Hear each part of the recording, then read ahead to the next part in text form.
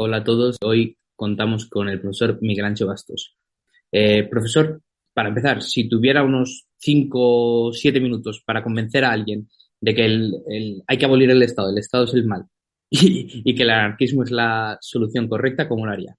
Primero, una respuesta en 5 o 7 minutos no sería suficiente y una persona que se convence en 5 o 7 minutos no es lo más adecuado. Creo que habría que desarrollar primero porque el Estado desarrolla una panoplia de argumentos muy grande, muy poderosa, pues tiene muy buenos pensadores, tiene un sistema mediático a su favor, tiene un sistema educativo que en buena parte está a su favor. Entonces, es muy difícil contrarrestar, digamos, todos y cada uno de los elementos que forman el Estado en 5 minutos. Lo suficiente para que le entre la curiosidad para que investigue más luego por su Otra cuenta. cosa, claro, es que el argumento que se usa normalmente es el argumento de que el Estado necesariamente usa la violencia en sus actos.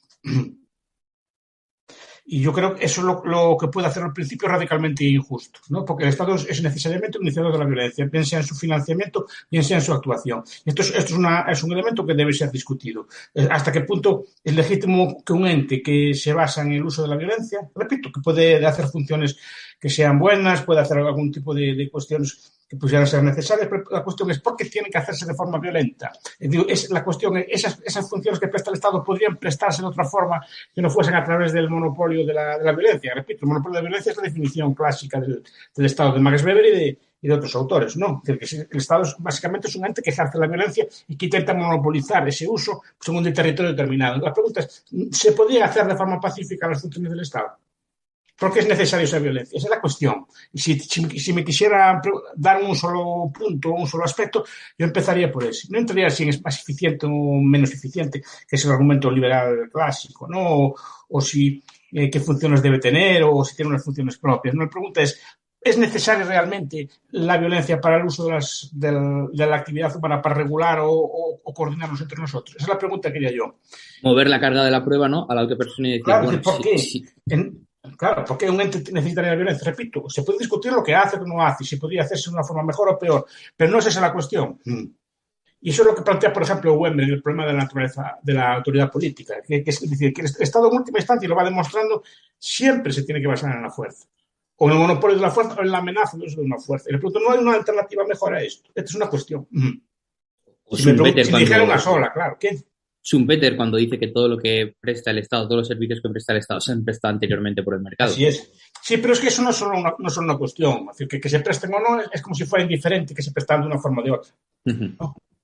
Y lo que plantean los éticos, o Emmer o Rothbard o otros teóricos de Estado es, no, la Boetí o, bueno, todos los que reflexionaron sobre este tema. ¿Es necesaria la violencia? ¿Es posible imaginar un futuro? Bueno, aunque no llegue, ¿no? Imaginar un futuro en que se excluya la violencia de las relaciones humanas, ¿no? Y que no tengamos que hacer las cosas, digamos, movidas por la fuerza. Sé que es difícil de cambiar, sé que está la mentalidad humana, se podría discutir si es pertinente o no, sé que buenos filósofos políticos han argumentado sobre esto, pero yo creo que si me preguntan un argumento solo, yo entraría en ese.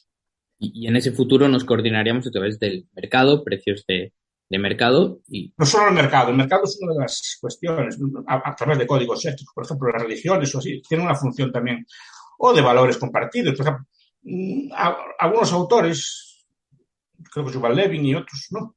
Entonces, no, Yuval Levin no, otro serie de autores habla, por ejemplo, de que la nación, la idea de nación, en el sentido no de Estado, sino en el sentido de pertenencia a una comunidad, comparte unos idiomas, comparte una serie de formas de vida, incluso de folclore, de tradiciones, también puede servir de factor de cohesión, sin necesidad de usar la fuerza. ¿No? O valores de éticos, o valores comunitarios, o incluso también valores económicos, ¿por qué no? ¿No? Es decir, que el dinero no es la única forma de coordinar bienes, aunque es una forma muy, muy importante de coordinar bienes, ¿no? La familia, por ejemplo, lo que es el concepto de comunidad, ese tipo de factores, pueden ser lentes de coordinación. Y es una cosa que también importa mucho en la historia, es que el 99% de la historia humana fue sin Estado. El Estado solo en el siglo XIX y XX se expandió a nivel mundial. Pero hubo muchos territorios sin Estado a lo largo de la historia y hasta hace muy poco tiempo que miles de personas vivieron durante miles de años sin necesidad del Estado. Podríamos decir si viven bien o viven mal, si nos gusta cómo viven o no, es otra cuestión. El problema es que hasta aquí llegaron, ¿no? Y hasta aquí llegamos nosotros. uh -huh. el hecho de llegar quiere decir que fuimos capaces pues, de criar hijos en una sociedad, más o menos mantener algún tipo de vínculos estables que permitieran pues, a las personas pues, vivir una serie de número de años necesarios. Y repito, hasta aquí llegamos. O sea, algo habría. Entonces, la idea es que cómo hacían aquellos pueblos, eso que hacían los pueblos antiguos, ¿se puede mejorar, se puede imitar o no? Ese es el debate que se puede Entonces, establecer. entiendo que si alguien le dijera que el anarcocapitalismo es utópico, usted podría decir que el anarcocapitalismo ya o el anarquismo de alguna manera, las relaciones voluntarias ya han existido. Pero ¿cómo respondería quien le dijera que sería utópico a partir de ahora? En este momento ya no podemos acabar con el Estado. Utópico no es. A ver, la anarquía no es utópica. El anarcocapitalismo no se ha probado aún. Bueno, se prueba en muchos aspectos más de lo que se piensa, ¿no? Más de lo que se piensa. Por ejemplo, toda la coordinación del mercado mundial se hace fuera de los estados. La coordinación, aquel ejemplo que ponía Leonard Reed del lápiz o cualquier otro bien que requiera la coordinación mundial, se hace muchas veces sin ausencia de ningún tipo de planificación estatal a nivel global, y más a través de mercados, de precios, entonces se van coordinando los factores hasta que llega el lápiz o llega el reloj o llega el móvil a nuestras manos. ¿No? Y funciona de forma anárquica. Los mercados, en última instancia, ya lo dijo Marx y ya está apuntado por muchas personas. Los mercados son en esencia un ente anárquico, pero que funciona. Funciona generalmente de forma pacífica. Esa es la cuestión. Y cuidado, entre estados hay anarquía, quiero decir que los contratos entre estados distintos no son ejecutables. Y son del mismo espacio. Si, por ejemplo, un contrato entre un español y un ciudadano, que sea de Gabón, que no tienen probablemente ni acuerdos comerciales múltiples, ¿cómo se ejecuta? Pues se ejecuta a todos los días en mercado. Entonces ya está estudiado desde la Edad Media. Abinader Greve lo estudió muy bien en los mercaderes magrebíes de la Edad Media, cómo hacían ellos en ausencia de una regulación estatal en los sitios que viajaban, cómo hacían para comerciar y los que no funcionaban. Ahí existe toda la ley mercatoria. Entonces, pues digo, el mercado es una cosa que funciona de forma anárquica. Y la anarquía está presente en nuestras vidas, mucho más de lo que pensamos. Entonces, tenemos ya sistemas anárquicos, ¿no? Como el de los estados. Pero ¿y si alguien se preguntara, bueno, vale, pero los estados no son personas? ¿Hay personas que vivan todavía de forma anárquica? ¿Sabe de algún grupo, alguna tribu, algún territorio que a día de hoy todavía haya podido evitar el Estado? Puede ser que exista alguna tribu en el Amazonas no descubierta que funcione fuera de la estatalidad. Pero creo que ya empezamos a tener relatos antropológicos bastante de pueblos que funcionaron sin Estado, creo que los pigmeos, por ejemplo, repito, no que tengamos que vivir como los pigmeos, ni que sea un referente para nosotros, pero la pregunta es, ¿cómo solucionan esos pueblos, esas personas, sus problemas? ¿Cómo resuelven problemas pues, de lo que llamamos nosotros bienes públicos? Y vemos que resuelven muchas veces sus problemas. Y son capaces, la pregunta es, ¿podríamos adaptar esos mecanismos a nuestra forma de vida? Pero repito, cualquier persona con unos ojos, si quiere, más anarquistas o de ausencia de Estado, verá la anarquía omnipresente en nuestras vidas. Un grupo de amigos es anárquico, una pareja es anárquica, una empresa es anárquica, una iglesia es anárquica. ¿Cómo? Esta conversación la estamos llevando de manera anárquica. Anárquica y simplemente para coordinarnos, usted me llama o yo lo llamo a usted, que fijamos una hora y nos coordinamos y punto, y hablamos, punto. Y no hay relaciones de poder. Y se hacen cosas, ¿no? Claro que hay problemas, claro, esto no quiere decir que no existen problemas de anarquía, sobre todo si estamos acostumbrados a que determinados conflictos se resuelvan de forma, digamos, anárquica. Esto no es un programa, cuando hablo de anarcocapitalismo no hablo de un programa político, es decir, no hay un partido anarcocapitalista ni hay una propuesta, simplemente es imaginar a todas las cosas que hoy tenemos, todas las ideas que hoy tenemos, fueron imaginados y fueron considerados absurdas en el pasado. Piensa en la propia idea de democracia. La democracia fue, digamos, universalmente denostada por todos los filósofos políticos de la antigüedad. Solo hasta el siglo XIX no empieza a aparecer algunos autores como Stuart Mill que empiezan a pensar en una forma de democracia, pero hasta ese momento era una forma que todos los comentarios que eran sobre ella eran despectivos. Pero hubo gente que la imaginó, que la diseñó y ahí la tiene usted. ¿No? Hasta el punto que es al revés. A día de hoy no se puede discrepar de ella. Pasó todo lo contrario, ¿no? Pero digo, todas las cosas, derechos de la mujer, la abolición de la esclavitud, etcétera, ¿no? Fueron imaginados en su momento y fueron considerados absurdos. Solo tienen que leer la prensa del siglo XIX para ver cómo eran considerados. Cosas que hoy vemos como la más natural del mundo. Entonces digo, las ideas hay que pensarlas. En su momento, claro que sufren ciertos descréditos, claro que aparecen como utópicas, pero por lo menos hay que discutirlas, plantearlas y ver si son absurdas o no. Pero hay que discutirlas por lo menos. O imaginar los futuros posibles. Mientras no llegan, pues vamos viviendo. Mientras tanto podemos pensar y ver cómo hacían en el pasado e intentar implantar.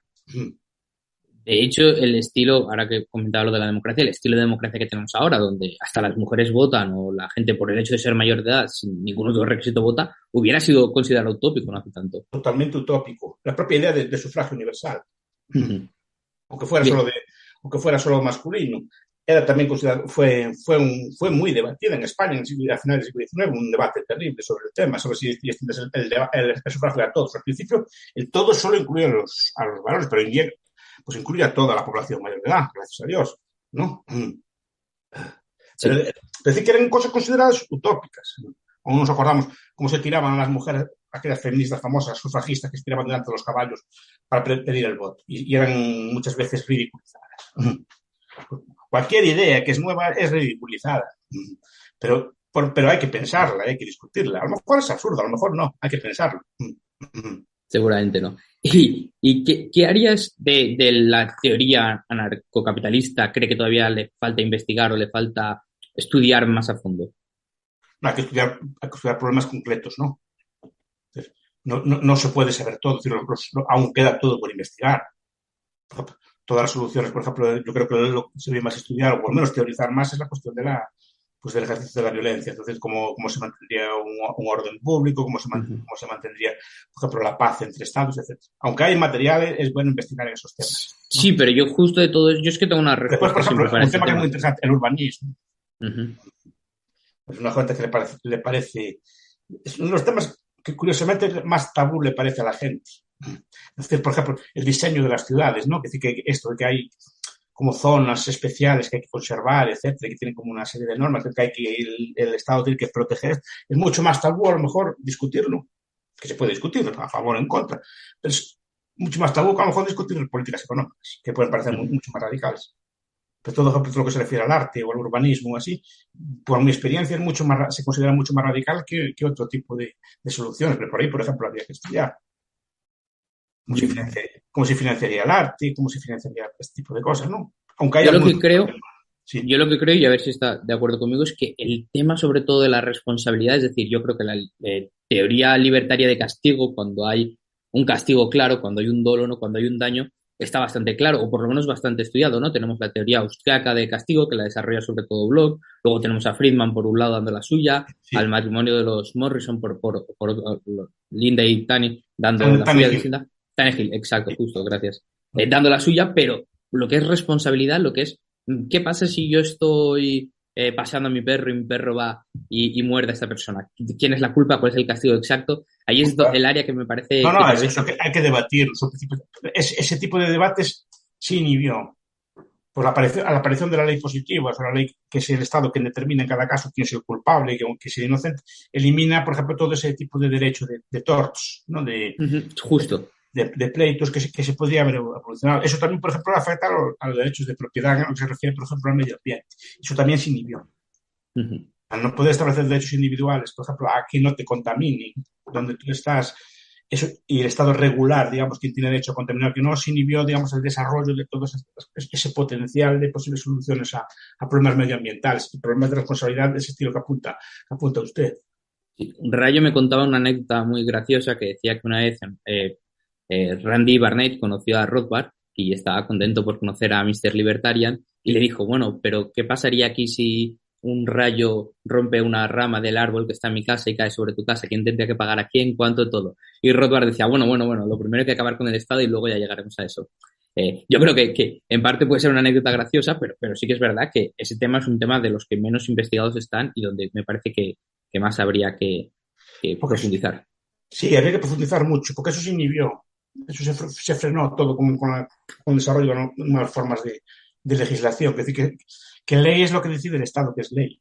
No es fruto de un acuerdo, de una tradición, de un derecho natural, de una serie de principios, sino que el Estado diría, pues la rama la paga usted o como usted no tiene culpa, pues se fastidia el que le cayó la rama encima. Daría una solución de las dos, pero no tiene por qué ser justa ninguna de las dos.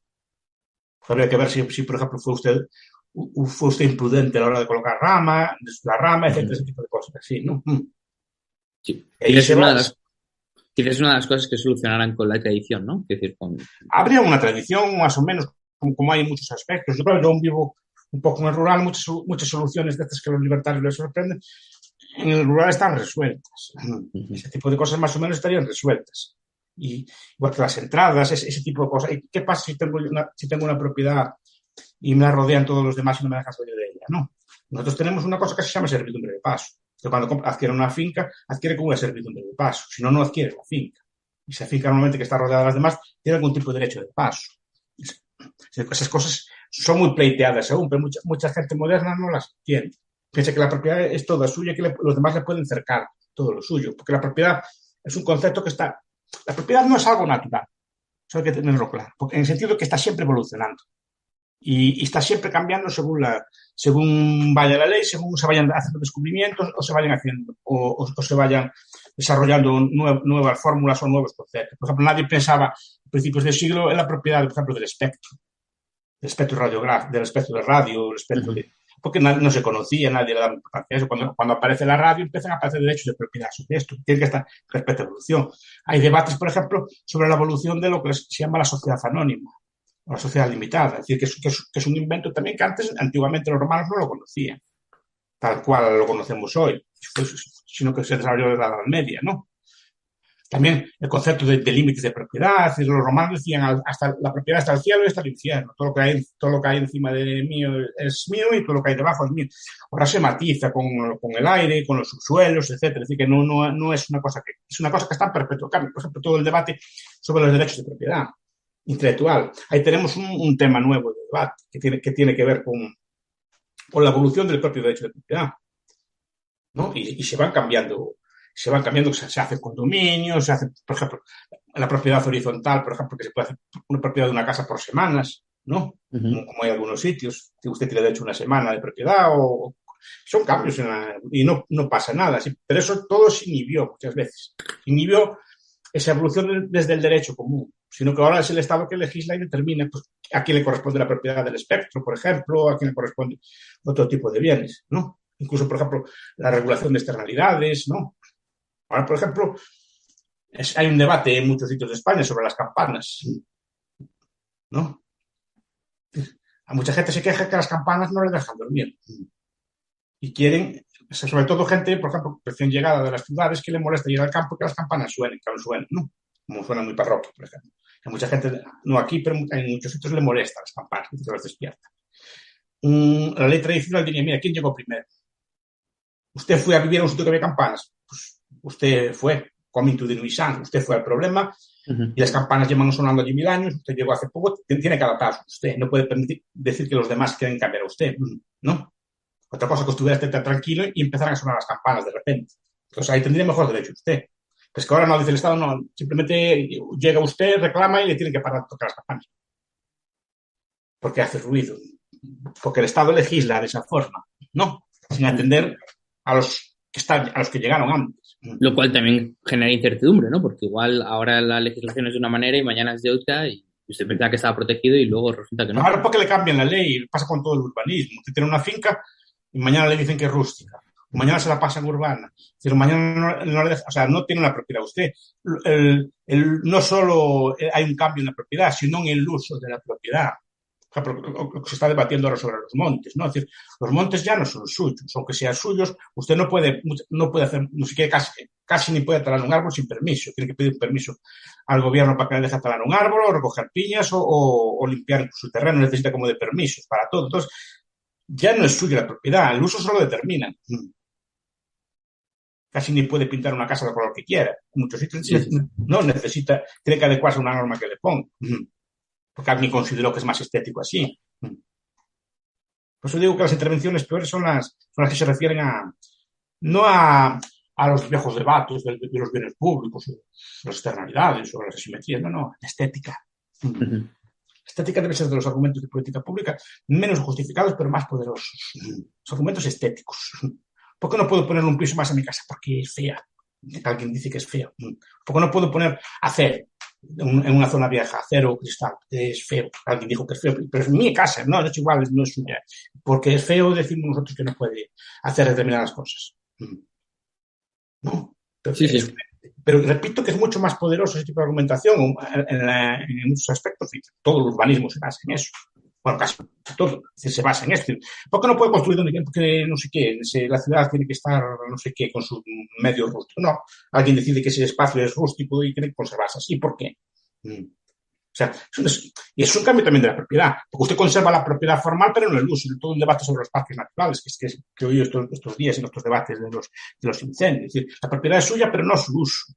Entonces, si no lo dejan, muchos campos están mal cuidados, muchos montes están mal cuidados, porque el propietario no puede hacer uso de sus bienes.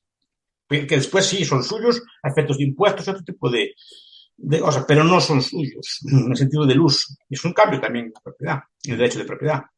Y siempre que haya Estado, tendremos derecho de propiedad tanto y lo que nos permita el Estado, ni más ni Claro, menos. es que yo creo, a ver, es una exageración, pero realmente la propiedad a día de hoy, por ejemplo, en muchos sectores, en los sectores inmobiliarios, no es propiedad, es un usufructo. Uh-huh.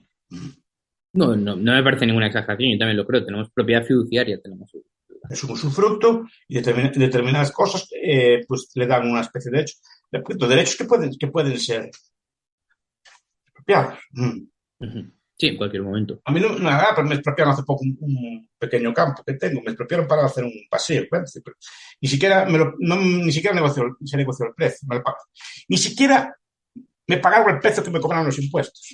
Fijaron el precio de ellos. ¿No? Es un terreno rústico, no es nada importante, ¿no? Tampoco es de gran valor. Pero digo, ¿por qué me expropian? No tengo yo derecho, no es mío, deciden ellos que es suyo y punto, y ponen ellos el precio. Y eso es lo que no que me irrite, que me lo quite, que no tiene gran valor, no está la cuestión. Pero porque es mío o no es mío. Si hubiera un incendio y empezara mi cosa, me lo cobrarían todo, por ejemplo, ¿no? Pero ahí no es mío, ahí deciden ellos y la fracción que me expropian, lo que me dejan y el precio que me ponen. No, y eso es lo que me irrita a mí, no el hecho de que ese bien tenga especial valor para mí, ¿no? Pero es el hecho que no es mío. Todos los días hacen lo mismo con los impuestos, ¿no? Te dicen cuánto de tu trabajo se queda en ellos y cuánto te puedes quedar tú. También la renta, es decir, no hay ningún límite legal a lo que le pueden quitar. La Constitución en ese aspecto creo que es ambigua, que no pueden ser expropiatorios, pero ¿cuánto es expropiatorio? Sí, ¿No? justo. No hay un límite legal. Y si no hay un límite legal, otra cosa es que el gobierno en concreto no abuse o que no quite demasiado. Pero es que los impuestos los decide él. Entonces, es decir, no es su renta. Decido yo cuánto me quedo yo de lo suyo y usted el resto, pero lo decido yo. Yo y mi grupo parlamentario. Si tengo mayoría, hago lo que quiera, digamos, literalmente, ¿no? No hay, digamos, ningún derecho que le proteja a usted su renta. Pues no le pueden quitar más del 30%, el 40%, lo que sea, pero no hay ningún derecho establecido, sino que es algo que se puede estirar. O sea, de hecho, en las zonas de España están casi en el 57%, pero es que nada impide que cobren el 70%. Dirá, como son rentas altas, se le puede quitar, porque ya le sobra con lo que le queda, ¿no? Entonces, sí, con cualquier justificación. No es tanto el hecho, es el principio, lo que me irrita. ¿Por qué? ¿Quién le dio ese derecho a que todo lo que gana, todo lo que hace es suyo? ¿No? Bueno, esa es la pregunta. Hay quien dice que por el hecho de vivir donde vive, pues usted está aceptando que le van a quitar lo que quiten. Pero bueno, ¿qué contestaría eso? No, primero que esa aceptación no en todo caso sería tácita. Después, aunque dices, ¿y cuál es la alternativa? Tener que marchar, dejar su familia, dejar sus amigos, dejar toda su vida a otro sitio que igual ni lo quiere. Porque incluso para marchar del país necesita algún tipo de documento que se le da o no se le da. Cuidado. Uno de los problemas del pasaporte y de estos documentos no es que se lo den, es que se lo quiten o no se lo den. Porque inmediatamente lo transforma usted en un ser sin papeles, aparte de cualquier sitio del mundo.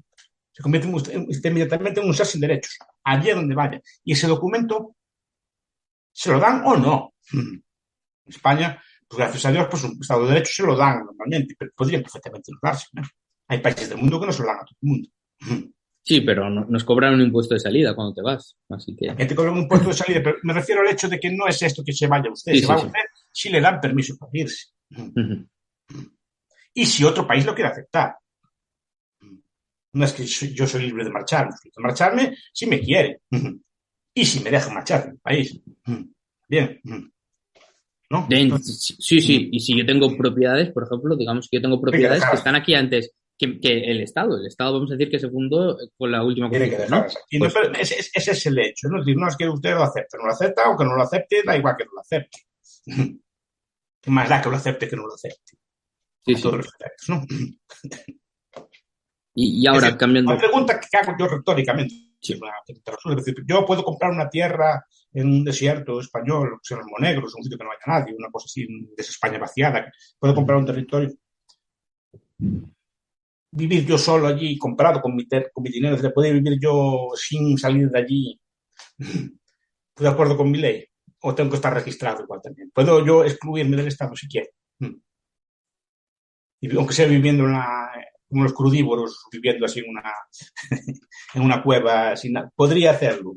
O tendría que estar sometido a no, que aun siendo mi tierra y no saliendo de allí, no metiéndome con nadie, tendría que estar sometido igual a la ley estatal. Y mi tierra sería considerado soberanía. Entonces, ¿qué hacen? No es una cosa exactamente voluntaria. Eso es uno de los debates que hay. Que podemos discutir. Repito, no, esto es lo que tenemos. Tampoco vivimos, es decir, tampoco soy tan ingenuo decir, no, que vivimos en un infierno, no, lo que cabe, no vivimos en tan mal sitio, podemos una cosa, podría ser mucho peor, ¿no? Y comparado con otras situaciones, no vivimos tan mal, pero no es el hecho, es el principio, lo que podemos discutir. Y cambiando de tema, ¿cuál cree que es la mejor crítica al anarcocapitalismo? Porque ahora estamos viendo todo el lado más positivo, pero ¿cuál cree que es la crítica que a usted más le ha hecho pensar, decir, uy, pues me ha hecho hasta dudar? A ver, al principio me hacía dudar muchas cosas. Yo creo que los debates que se plantean a esta son los de defensa, porque también es el propio núcleo del Estado. Y yo creo que toda la buena parte de ahí, que decir, claro, una sociedad no capitalista también requeriría pues, ciudadanos que digamos que supieran defenderse o que tuvieran algún tipo de organización defensiva. No tienen necesariamente por qué recurrir a una agencia, ¿no? Y eso es lo más difícil de asumir, ¿no? De cómo se gestionaría la violencia en ese tipo de sociedades o cómo se establecerían, digamos, los instrumentos. Sobre todo, no es una cuestión de factibilidad, es una cuestión de legitimidad.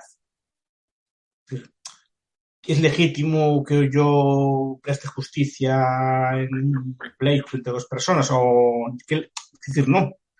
Hasta ahora tenemos una legitimidad más o menos construida, que es la legitimidad que tienen los jueces o los aparatos de policía. Pero en este caso, ¿cómo sería? Pues sería, pues es una de las críticas que más me, digamos, más y la de la defensa también, toda la forma de gestión de esto. Los demás, no, porque los demás tienen casi todo solución. De caso solución no, y además es visible en muchos sitios del mundo. Pero como hoy día de hoy no vemos, digamos, casi territorios de estatalidad, aunque los hay.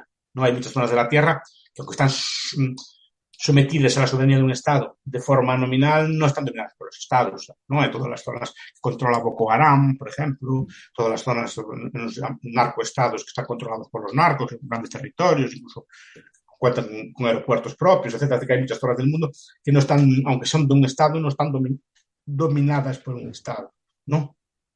Pero ¿y qué le parece? Como es difícil de ver eso, sí, es difícil de entenderlo y es difícil de explicarlo, claro.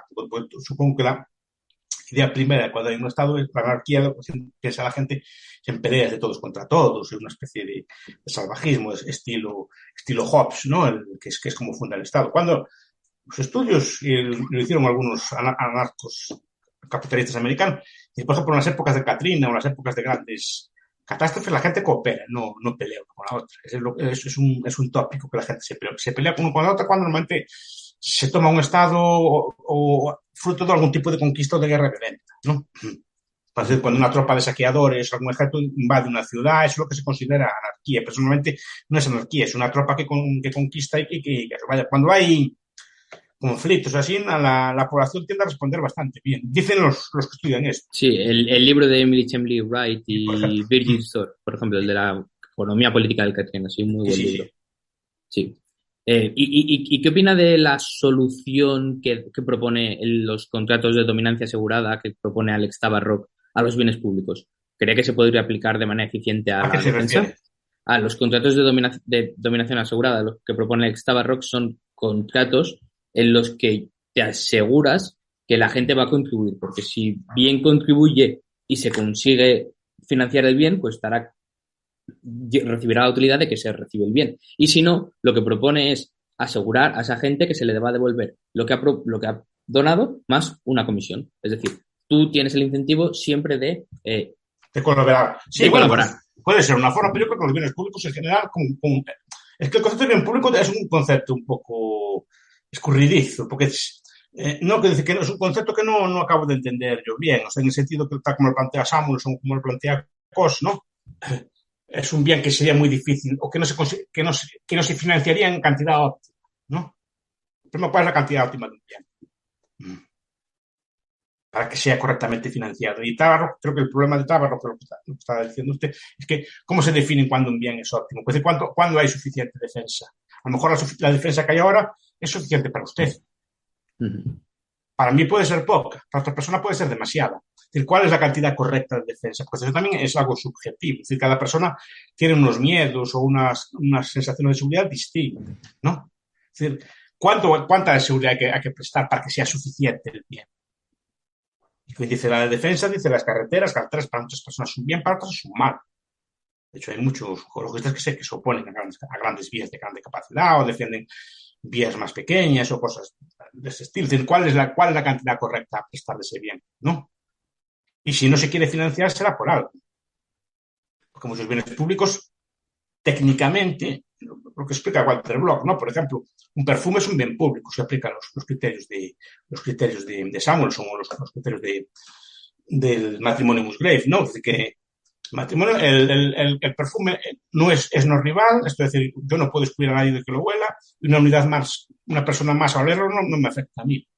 Más el perfume, unas rosas en mi casa, pintar la casa bonita, ir elegante, son bienes públicos, según ese criterio, y se financian de forma privada. Y muchos de estos bienes que se plantean, que plantea Samuelson como la defensa, la iluminación, etcétera, ejemplo que sobra, que pueden ser financiados de forma privada e incluso se puede excluir.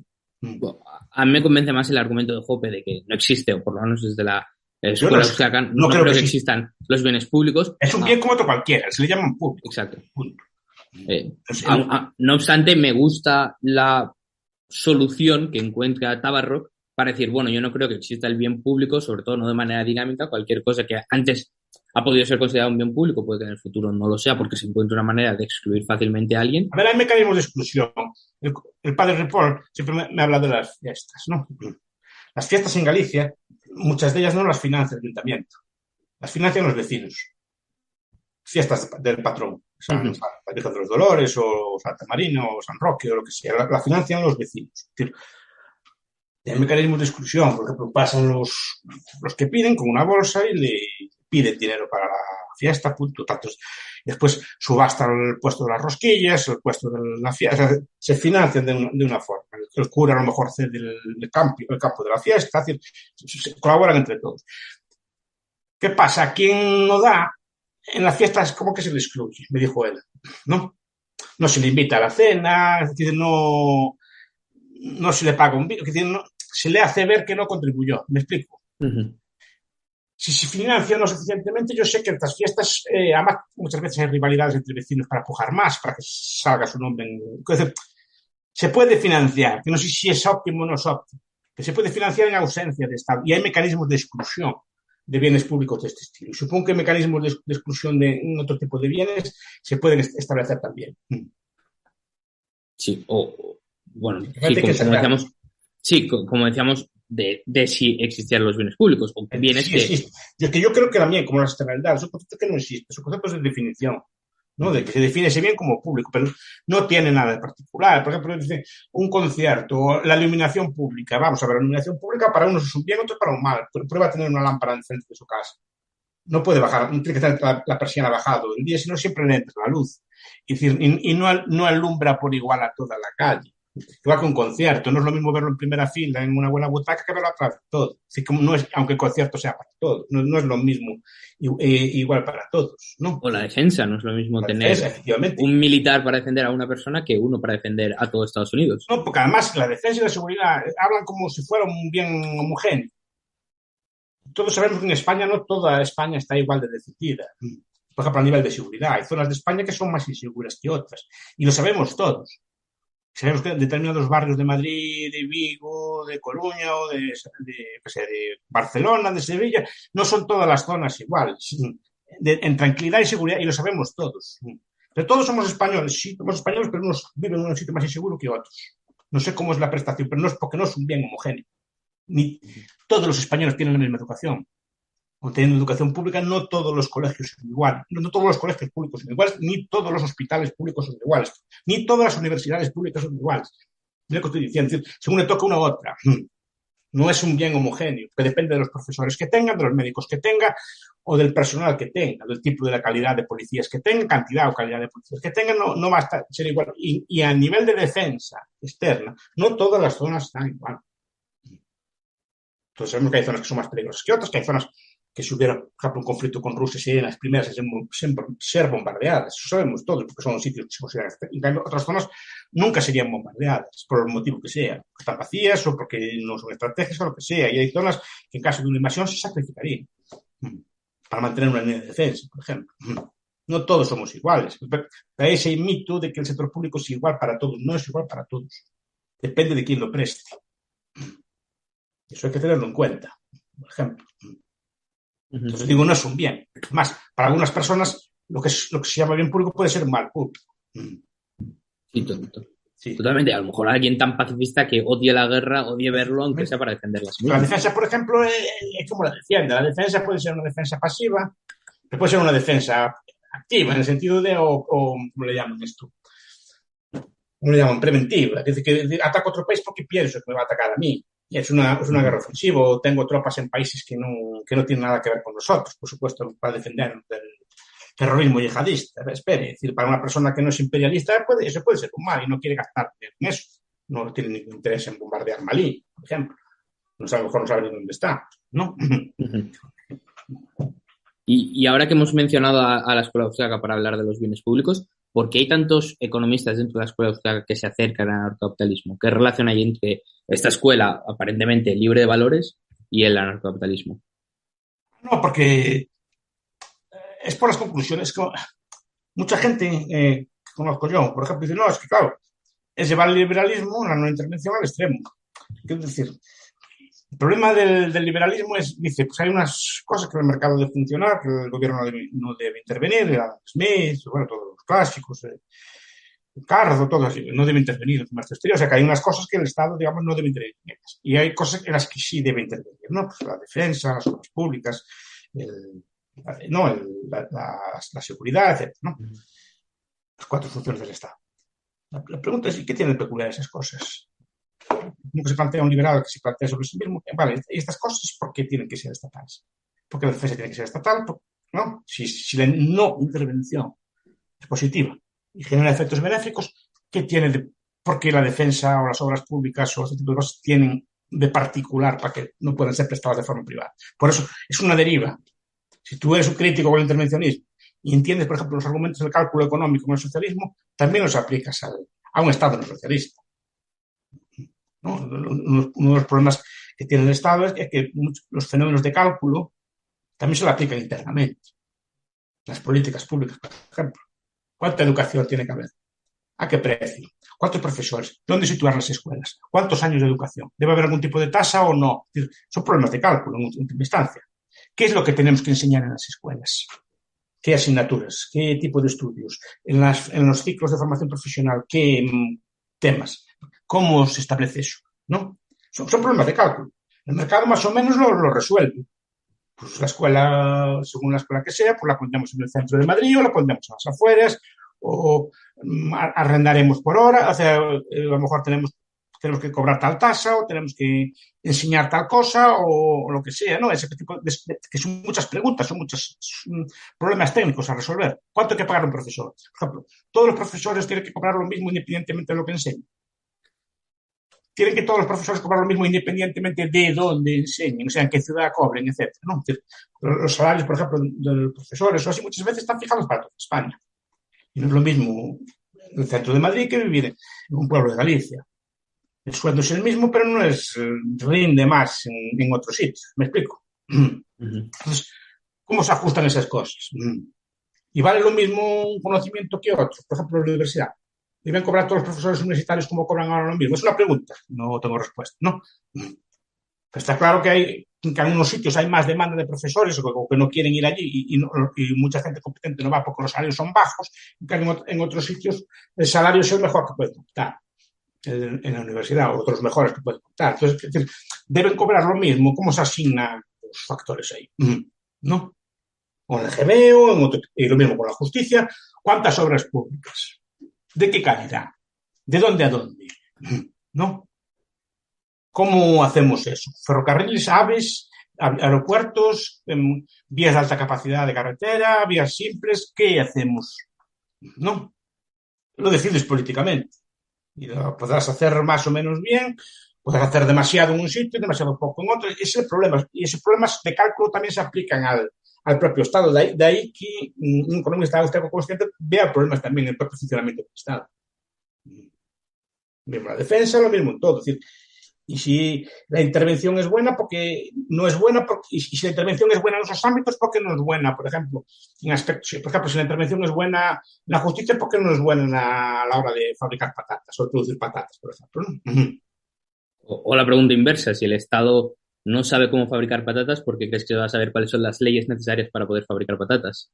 Claro. Entonces, por eso normalmente, no todos, pero muchos austriacos derivan en posturas de este estilo, simplemente porque aplican a las funciones del Estado lo mismo que aplican a otras funciones de intervención. Cuidado, porque todas las funciones del Estado, o las mínimas, son funciones que intervienen y alteran la sociedad y alteran muchas veces la economía, bien sea porque es necesario de traer dinero para financiarlas, bien porque condicionan el funcionamiento del gasto de la economía. La propia existencia del Estado. En el sentido de un Estado establece estructuras y establece barreras, ¿no? Barreras al comercio, barreras legales, de lo que sea, aunque sea un poco su propia existencia condiciona la libre circulación. Y aparte del problema de cálculo económico que apuntaba Mises en 1920, ¿qué otras grandes aportaciones crees que ha hecho la escuela austríaca a la crítica del Estado? La escuela austríaca es una cosa que tenemos que tener claro. La escuela austríaca no tiene que ver con la teoría del Estado. Es una síntesis que hace Rodo, ¿vale? Es decir, la escuela austríaca, Mises, por ejemplo, defendía el Estado, defiende bastante en acción humana o en liberalismo, defiende unas funciones mínimas, ahí es un liberal clásico, ¿no? Yo creo que la principal es lo que se refiere, por ejemplo, a la moneda, ¿no? Que es una de las fuentes, o lo que se refiere a la educación, a la economía de la educación, ¿no? Pero todo la moneda, es decir, ¿por qué hace falta una moneda estatal? ¿No? La moneda siempre fue mundial. Cuando era oro y plata, aunque tuvieran acuñaciones distintas, era moneda mundial. Usted podía comprar, y podía ir a Asia y comprar a China, todo con su oro y su plata, y no, aunque tuviera la cara del rey de España o de cualquier otro rey, era moneda que circulaba mundialmente. Incluso circulaban monedas musulmanas en la España cristiana y viceversa, etcétera. No pasaba nada. Yo creo que esa idea del Estado, del dinero como un ente fiel, como un ente real, también es otra buena crítica, sobre todo al poder del Estado. Es decir, la idea del cálculo, para mí, la idea del cálculo es una de las ideas que los austríacos tendrían que profundizar mucho más, en muchos más temas. Yo creo que es un tema que está subdesarrollado. Se centra básicamente, los estudios que hay, la mayoría, se centran en el análisis del socialismo. Pero claro, no estudia, por ejemplo, los socialismos parciales desde ese punto de vista. Por ejemplo, el dinero es un socialismo parcial. La justicia es un socialismo parcial. Las obras públicas son socialismos parciales. Operan en un ámbito de mercado. Por ejemplo, la producción de dinero se produce de forma de una planificación central. Se produce en un ente estatal. No es producida por el mercado como era antes, ¿no? Entonces, el problema es ese tipo de elementos. Si le aplicas el cálculo, ves que muchos problemas de crisis o cosas por el estilo, es que el Estado no sabe cuánto dinero crear, qué precio ponerle, qué calidad tiene que tener. Por ejemplo, como no lo sabe exactamente, hace unos cálculos, hace a ojo, pues distorsiona todo lo demás. Pero digo, desde ese punto de vista no se aplica. El cálculo, por ejemplo, aplicado a las organizaciones, ¿no? Al funcionamiento interno de los estados, sea socialista o no. ¿Cómo se coordina? Por ejemplo, yo creo que la Unión Europea está empezando a tener problemas serios de coordinación interna. Tanto quiere abarcar que tiene problemas serios de cálculo interno. Entonces, está llevando a cabo políticas contradictorias. Está volviendo al carbón y está al mismo tiempo prohibiendo el carbón, o sea, manteniendo a la vez políticas verdes mientras hace políticas con todo lo contrario. Pero políticas que condicionan o, digamos, hacen variar todo su discurso, es decir, anulan todo su discurso. Usted no puede decir que tiene una emergencia climática, que está todo fatal, que tiene que mantener, por ejemplo, todos estos temas de los, ¿cómo le llaman? los derechos de emisión de carbón, ¿no? Que supuestamente son para equiparar, o subvencionar coches eléctricos, o subvencionar otras cosas, al mismo tiempo que quema carbón. Está diciendo que no es tan urgente el tema. No está tan urgente el tema porque está quemando este carbón. No es tan urgente, no es un problema tan preocupante. Porque en cuanto sube un poco la electricidad, nos ponemos a quemar carbón, fuel, otro tipo de cosas. Entonces no es tan urgente el cambio climático. No debe ser tan temible el cambio climático. Pero al mismo tiempo mantiene otro tipo de políticas, ¿no? Está diciendo que no hay electricidad y fomenta el coche eléctrico. ¿Con qué uso va a funcionar? Está diciendo que tenemos apagones, vamos a tener apagones de luz, o que podemos tener apagones de luz, y queremos coches eléctricos. ¿Para qué? Para que no puedan funcionar los coches, ¿no? Es decir, que empieza a llegar un momento que no pueden coordinar unas políticas con otras, no tiene cálculo, no tiene coordinación, y empieza ya a descomponerse. Entonces, es un tema que, repito, que los austríacos deberían investigar más, y lo que se refiere a la teoría del Estado, ¿no? Por ejemplo, los límites, toda la teoría de los imperios, ¿no? Que explica por Kennedy o Dussel, todo imperio perecerá, que hay un problema de overstretch, es decir, que los estados son demasiado grandes. Hay momentos que son demasiado grandes cuando el imperio crece, teóricamente debería seguir creciendo sin fin, en punto que implosiona. Y la Unión Europea va a morir de crecer demasiado. Mientras eran 10, 12 países, bien, pero ahora son 27. Pero quieren meter a todos los Balcanes, quieren meter a todos los países, Moldavia o hipotéticamente en un futuro Ucrania, quieren meter un montón de países ahí distintos. Y cuanto más sepan, peor calcula, boom, va a estallar, como el imperio español, como el imperio inglés, como el imperio romano, como en todos los imperios. Por eso todo imperio perecerá y perece precisamente en su centro. Cuanto más grande es cuando explota. Por problemas de cálculo. Yo creo que eso se podría investigar ahí. Todo el problema de cálculo económico en las organizaciones. Yo creo que es un tema que se podría investigar también. Yo creo que es un tema de cálculo muy subdesarrollado. Para mí es un tema muy fértil, que ilustra muchas cosas, ¿no? Sí, sí, totalmente de acuerdo. Y fuera de la escuela austriaca, ¿qué opina de los otros anarquistas como David Friedman, Humer o Brian Kaplan? ¿Qué aportaciones interesantes crees que han hecho o que hacen todavía? ¿O cree que fuera de la escuela austriaca los otros anarquistas? Me gusta el problema de la autoridad, me gusta el problema de que demuestra todo ese tipo de... Kaplan, es que Kaplan yo no sé qué tipo de anarquista es. Yo creo que tengo un trabajo contra los anarquistas españoles, ¿no? Muy crítico. Tiene el mito del votante racional, si no me equivoco. Pero no le vi yo mucha producción, digamos, en teoría. David Friedman, La maquinaria de libertad, pues tampoco vaya a pensar que me impresionó mucho cuando Hombre, es interesante, pero no cuando hablan de, no sé si en ese libro o en otro, pero a David Friedman le gusta mucho el tema de Islandia. En ese libro, sí. Ahí me parece interesante, ¿no? Que busca ejemplos de sociedades que funcionaban sin Estado. Pero vamos, que no es, digamos, me parece más potente como anarcocapitalista. Pues claro, que el problema de David Friedman es que toma la teoría económica de su padre, ¿no? En buena parte, en su libro Teoría de los Precios y en otro tipo de temas. Pues toma mucho la teoría de su padre, ¿no? Y la teoría de su padre no es muy propicia a este tipo de ideas, porque no es tan subjetivista. Por ejemplo, pues habla del dinero, la sucesión del dinero, pues es así como que tiene que estar regulada y temas de este estilo, ¿no? Yo veo más potentes en ese aspecto más a los otros. Ahora, que no quiero decir que no lo leyera con gusto, claro que lo leí con gusto. Pero yo mi formación básicamente es rothbardiana en ese aspecto. Muy bien. ¿Y qué 5 libros recomendarías sobre anarcocapitalismo y Estado? Yo recomendaría libros sobre el Estado. A lo mejor no son anarcocapitalistas, pero el clásico, todo lo conocen el de Oppenheimer, el Estado. Yo creo que es un libro que a mí me influyó muchísimo y es un libro muy importante. Yo recomendaría algún libro, curiosamente no de Rothbard, por ejemplo, pues la ética de la libertad o ¿cómo se llama? Hacer una libertad o poder y mercado. No, a ver, ¿qué ha hecho el gobierno con nuestro dinero? Por ejemplo, es un librito pequeño. Yo lo recomiendo mucho porque mucha gente no sabe dónde viene el dinero y ahí ve que el dinero es un ente político y que la política siempre históricamente lo ha manipulado, lo ha alterado, ¿no? Pues, por ejemplo, algo ha salido ahora uno muy bueno, que se llama de Rich Moch y otro autor que se llama El individuo soberano.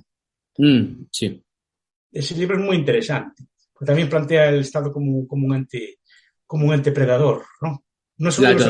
La traducción es reciente. El libro es de finales de los 80, Sí, lo tradujeron hace poco, digo que hace poco. El libro es de los principios del 2000 o de finales de los 90, si no me equivoco, tiene más de 20 años. Es previo a Internet. Entonces, pero el libro es muy interesante, no por lo que dice el título de Internet, sino porque habla del Estado como un ente privado, pero es un libro que fue un descubrimiento, es decir, que es un libro muy, muy interesante, ¿no? Después, no se me ocurre mucho, por ejemplo, Attili, es un sociólogo académico, ¿no? Capital coerción de los Estados europeos, creo que es un clásico en este tipo. Después, claro, yo leería un poco de antropología del Estado, por ejemplo, Enrique Laessig, ¿no? Early State, explicando cómo nacen los Estados, o mejor aún, ¿cómo se llama? Carl Wittfogel, el despotismo oriental. Wittfogel es un autor muy curioso, porque es un autor que en principio era de la escuela de Frankfurt, era marxista, pero después al final de su vida pues se hizo como más derechista y escribió este libro que se llama El despotismo oriental. Es un libro sobre el origen de los estados. Y creo que es un libro que no tiene precio, ¿no? Pues, por ejemplo, hay un sociólogo anarquista, de los pocos, que se llama Stanislav Andreevsky. Por ejemplo, Parasitismo y subversión. Un gran libro, Organización Militar y Sociedad. Están traducidos en ediciones viejas. No sé si se pueden conseguir de segunda mano, en bibliotecas o así, pero son libros muy interesantes. Y Henry Franza, Reyes y Dioses, que no es muy citado. Y tampoco que sea estrictamente un libro anarcocapitalista, ¿no? Uh-huh. Es decir, pero ayuda a entender el Estado, ¿no? Ayuda a entender Hoppe, el libro de la democracia. Yo no lo recomiendo mucho porque hay algunas cosas que son muy discutibles y son políticamente muy incorrectas. Entonces no me gusta defender. Pero tiene aspectos que son muy interesantes. Pero no, digamos que no lo recomiendo abiertamente, no estoy de acuerdo en todo lo que dice, pero sí que es muy interesante muchos puntos, ¿no? Y claro, en general leer un poco de Bruce Porter, Where and the Rise of the State, Martin Van Crevel, I Shall Follow the State, son libros, claro, están en inglés, no te recomiendo libros que sean fáciles de conseguir en castellano, ¿no? Son libros muy, muy interesantes. ¿Y algún libro reciente, algo que haya salido en los últimos 5 o 10 años que haya leído y haya dicho, ostras, qué buena aportación? Este de Rees-Mogg me gustó mucho. Después me gustó el de Susana Zuboff, que tiene ¿cómo se llama? Sobre la información. Ah, vale, sí, es por eso. No porque sea un libro ANCAP, que no lo es, pero es un libro que, no, pero que sí que habla mucho de la colusión entre los estados y las grandes tecnológicas, como grandes tecnológicas, los estados están compinchados para controlar. Es un libro de los pocos que me impresionaron así en los últimos años. Porque ahora, digamos que buena parte de la doctrina ya la leí, la doctrina principal, ahora leo puntos concretos, ¿no? Desarrollo temas concretos. Pero sí que hay temas muy, muy interesantes en teoría del Estado, en anarcocapitalismo, hay cosas también. Repito que en la medida que van desarrollando, por ejemplo, todos los trabajos de Foss sobre la economía de la organización, sobre teoría de la organización y el cálculo económico. Me gusta mucho un autor que es un ANCAP de izquierdas, que se llama Kevin Carson, ¿no? Organization Theory, por ejemplo, es un libro fantástico. Ese libro me gustó muchísimo. En el sentido de que habla de la organización. Teoría de la organización, que repito que es un tema que rara vez tocamos nosotros también. No como las organizaciones, qué tamaño deben tener, cómo deben funcionar, cómo se coordinan, etcétera, ¿no? Es un libro muy, muy interesante. ¿Y qué es la última cosa que ha aprendido? Lo último que... De cualquier tema, no tiene que ser teoría del Estado, pero lo último que ha aprendido y diga, mira, no sabía esto. Una persona que lee tanto... No, todos los días. Todos los días aprende algo. Aprendo con cosas nuevas. Por ejemplo, leí un libro de historia, por ejemplo, de Musnier, por ejemplo, sobre el siglo XVI y XVII, que estuve leyendo por cuestiones de esto. No, muchas cosas que contaban allí, de cómo funcionaban los harenes, por ejemplo. La política del harén. ¿No? Los asesinatos, crímenes y cómo se decían en los chinos y los eunucos. Y este tipo de cosas me interesó mucho, ¿no? Es decir, todo lo que es el golpe de Estado para ciego, cómo se definen las relaciones de poder dentro del amarillo, porque al final está confirmando las viejas teorías también leí el libro de Almacio Negro, de la ley de hierro de las oligarquías.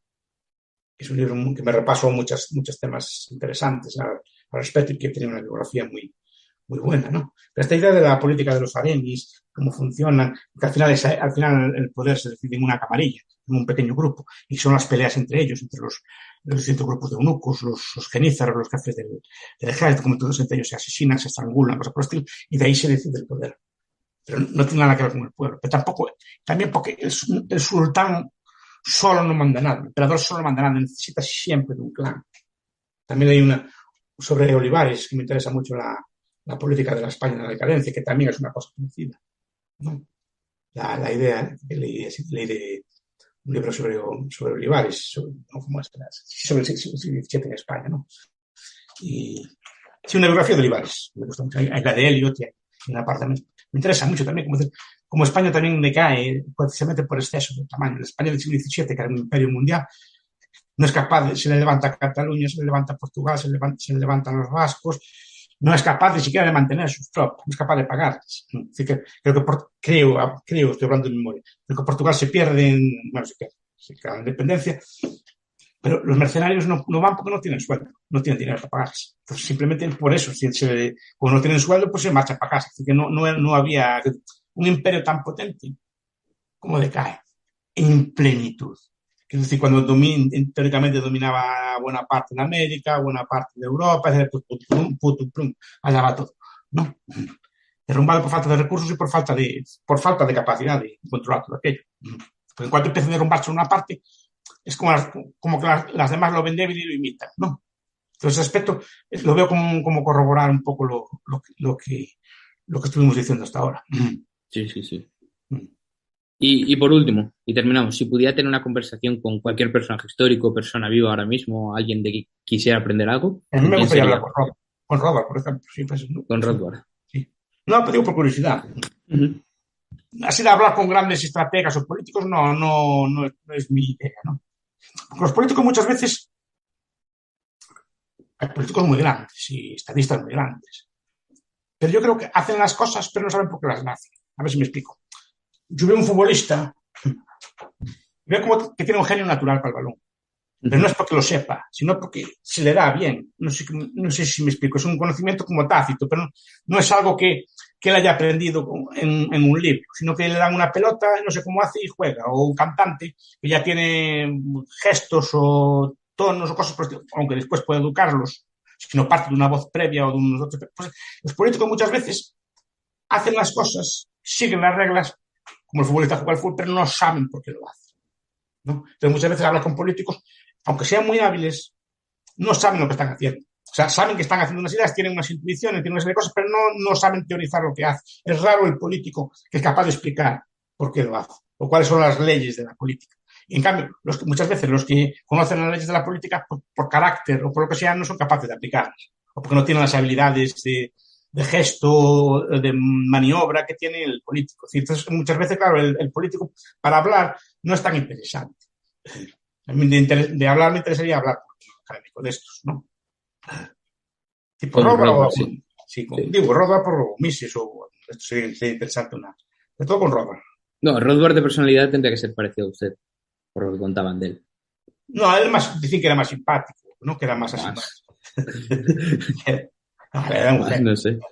No profundiza mucho las cosas, a veces puede cometer errores, pero yo creo que la capacidad de visión que tenía él era brutal. Pocas veces la vi. De plantear temas, ¿no? Uh-huh. Y de llevar, a lo mejor puede decir, pues no era exactamente así o se puede equivocar, pero esa idea, cualquier libro de la cantidad de ideas que suelta, eso es raro ver un montón. Y lo bien que razona, Sí, ¿no? sí, era un erudito. Sí. Entonces era interesante, ¿no? Y con muchas personas de estas, ¿no? Que es la primera que se me ocurre. Son algunos eruditos de la antigüedad, pues sí, también de la antigüedad, no, bueno, sí, recientes. Zoom, bueno, gente así que son más viejos. Como Russell Kirk, gente así de este, que me gusta, de cosas que me gustan a mí. No, todo el mundo que conoció a Rothbard dijo que era una maravilla estar con él. Sí. Sí, no, que era muy simpático y así, sí. Entonces, si de hablar ahora con alguien así, sí. Ya lo tenemos, profesor. Espero que Muchas le gracias. haya quedado bien la entrevista. Usted corte y edite a su Sí, gusto. sí. No, no, no. Ha quedado genial.